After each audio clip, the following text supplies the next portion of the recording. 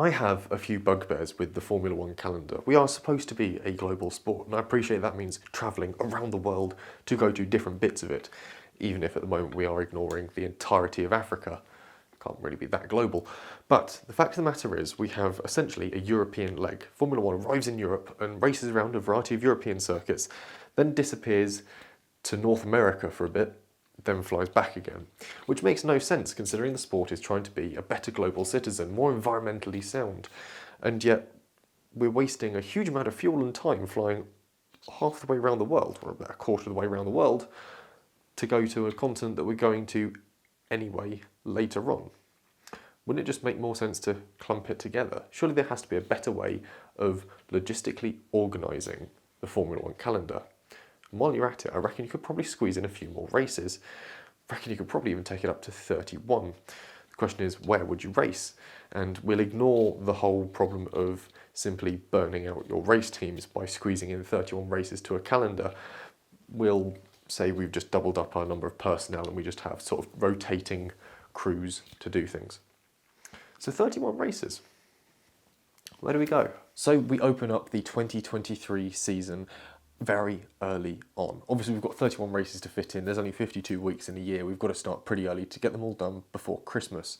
And we're starting in March, very early on in March indeed. Our first Grand Prix weekend, or our first Grand Prix, is the 5th of March 2023. We're heading to South Africa and the Kyalami circuit. It's March, it should be a very nice temperature, fairly decent weather conditions in South Africa at about this time in the year, so it should be fine for holding the opening weekend of the Formula One calendar.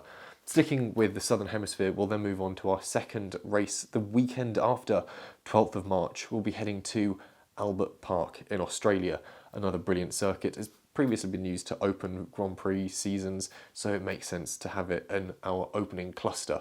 We'll then take a week off before continuing up the Pacific coast. We'll head to Singapore very early on in the season. Typically this is usually a September race. We'll head there in March, 26th of March for the Marina Bay circuit. Again, brilliant chance for a night race. Some unpredictable conditions maybe in March, we'll wait and see.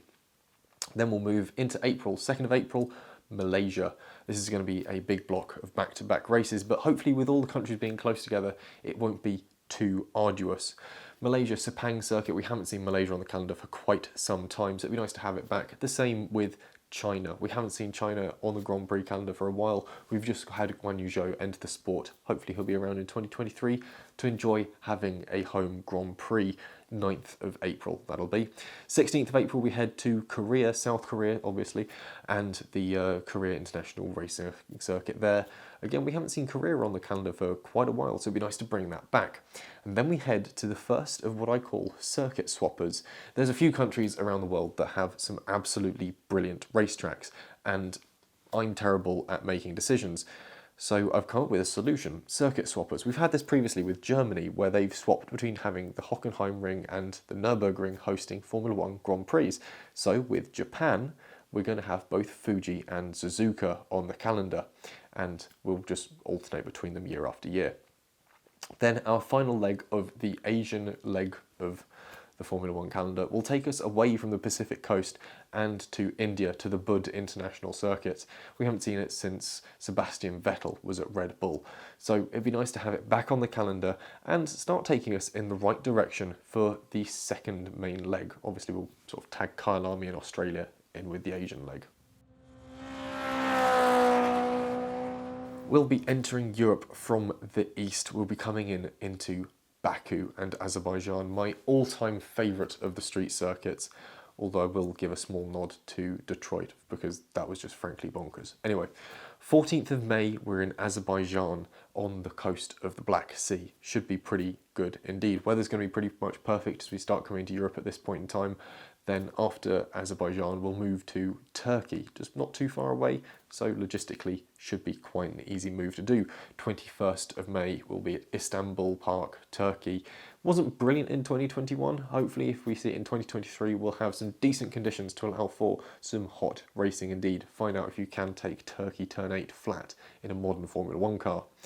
After that, we'll head on to the Hungaroring. Obviously, 2021 provided us with some absolutely fantastic racing at the Hungaroring, and I think rightfully it retains its place. I think it also has a very long contract indeed with Formula One. Who's not come into the pit lane. So that'll be the 28th of May in Hungary. Then the weekend after, we'll just hop across the border into Austria, the Red Bull Ring. I think we'll only allow them to have one race this year. We've seen them have two races previously. We've had the Styrian Grand Prix and the Austrian Grand Prix. We'll just have the one this year at the Red Bull Ring. We've got a lot of places to fit in. From Austria, we'll then head down to Italy. We're now well into June. It's the 11th of June, and we're going to Imola. I think Imola definitely deserves its place on the Formula One calendar. When I'm trying to pick through all the Italian circuits, I did have Mugello on my list. It was a brilliant race we had there in 2020, but of the three Italian circuits, if I'm going to have them all hosting separately as opposed to swapping, I'd much rather have Imola and Monza, and we'll get to Monza shortly. We'll take a week off in June just to let teams cycle through their personnel and refresh the lineups a little bit before heading over to Monaco, 25th of June, and we're in Monaco. Monte Carlo, the rolling hills and mountains of the south of Europe, right on the shores of the Mediterranean. Absolutely fantastic, and it should provide good racing. It'll be nice and warm, and we might have a good race in Monaco, something a little more than a very high-speed procession. After that, we have three more races in this little clump. We'll head to France and another circuit swapper. We'll either have Paul Ricard or Manicourt, and that will be taking us into July 7th, the 2nd of July even. And again, we've had races at Paul Ricard. Last year's race at Paul Ricard, not actually as boring as a lot of French Grand Prix have been. I think throwing in Manicourt as well could give us a chance for some very exciting French Grand Prix.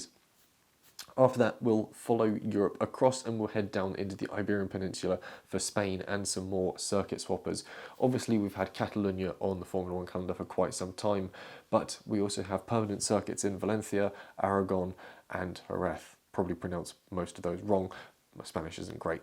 So we've got 4 circuits in Spain. I think it'd be a brilliant chance to swap them sort of in and out every other year, depending on if they want to take part in the season. I'd be more than happy to accommodate them all if I was the head of the FIA or Formula One. There's a thought. And our final leg of this bit of Europe before we go into our summer break will be in Portugal. Along the Portuguese coast will be in Portimão or Estoril. Again, circuit swappers. Brilliant chance to explore 2 brilliant circuits. Portimão has had 2 fairly mediocre races over the past 2 years. We've been there. I reckon with the new cars we might see a better Portimão, and that'll be on the 16th of July. Then it's time for a tea break. It's the summer break and we've got 3 weeks off.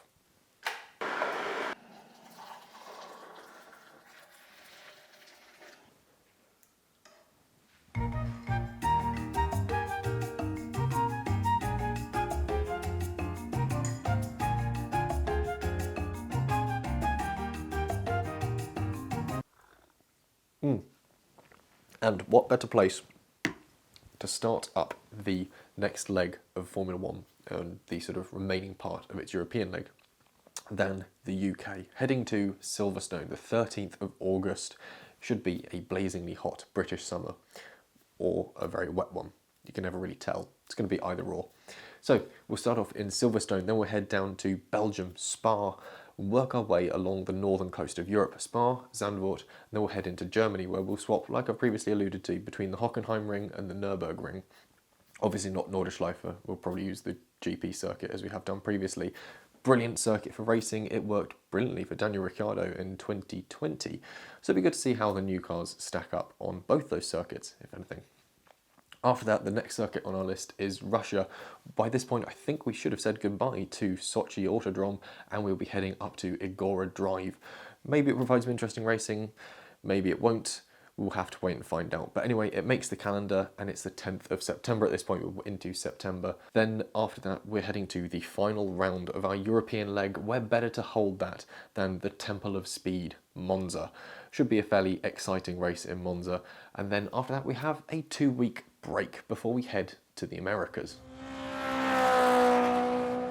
After our 2-week break, we're now well into October. It is the 8th of October and the cars are lining up on the starting grid at Circuit Gilles Villeneuve in Canada. So it's going to be quite late in the season for Canada. The weather will be starting to turn. It could well be a wet race. It could be a bit changeable, or it could be one of those nice sort of dry October days. There's only one way to find out. Stick Canada in October and find out. After that, we'll head a bit further south to COTA. This is where the calendar starts to line up with what we tend to recognise. COTA, 15th of October, it'll be sort of relatively warmish in Texas at this point in time. After that, it's a hop across the border to Circuit Hermanos Rodriguez in Mexico City. Again, apologies for the pronunciation. It's the 22nd of October at this point, and the season is well underway. There'll be a close battle for the championship, probably, or people will just be dead knackered by this point. After that, our final leg of the Americas takes us to Interlagos in Brazil. It wouldn't be a Formula One calendar without Interlagos. Absolutely brilliant circuit, and it's been the scene of some fantastic racing moments over the past few years, so it'd be remiss to not have it on the list. And our final leg sees us arrive in the Middle East in about the middle of November, the 19th of November, and we're in Saudi Arabia, Jeddah. Obviously there's word that we're probably going to have a permanent racetrack in Saudi Arabia for future Grand Prix, and that's a bit upsetting really, because I quite liked the Corniche circuit right on the waterfront. So in my mind, that's what we're going to keep for the 2023 calendar. My perfect 2023 calendar sees us at the Corniche circuit. The new cars hopefully giving us some very close racing indeed. After that, we'll head to Qatar, the Losail circuit. Again, provided some brilliant racing in 2021. I don't think anyone particularly predicted that. But towards the end, as tyres started failing and people on alternate strategies seemed to be coming through, it was a good race. It was entertaining. We saw some pure racecraft on the circuit. We saw Sergio Perez really coming into his own. We saw Fernando Alonso giving us a Fernando Alonso drive of just sheer, well, chef's kiss. So we'll move from Qatar into December and our penultimate race with Bahrain. Bahrain was the penultimate race back in 2020. We obviously had 2 races in Bahrain. I'm going to stick with the regular circuit for this. It's a good enough circuit, and I think having it as the penultimate race is brilliant because it starts to really build up that duel in the desert sort of mentality.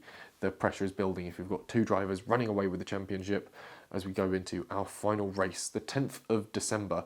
A fairly late finish for the sport, not as late as it was in 2021. I think it was a bit later still. And it gives everyone time to decompress afterwards, do all of our post-season testing, and be home in time for Christmas. So Yas Marina, the 10th of December, we'll head to Abu Dhabi for that.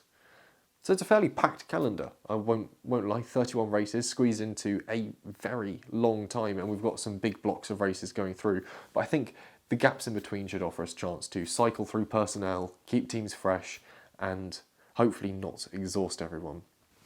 So that wraps up my ideal 2023 calendar. There's probably going to have been some races that I've forgotten, some races that I've missed off the list that you might want to see there. So let me know which ones they are in the comments below.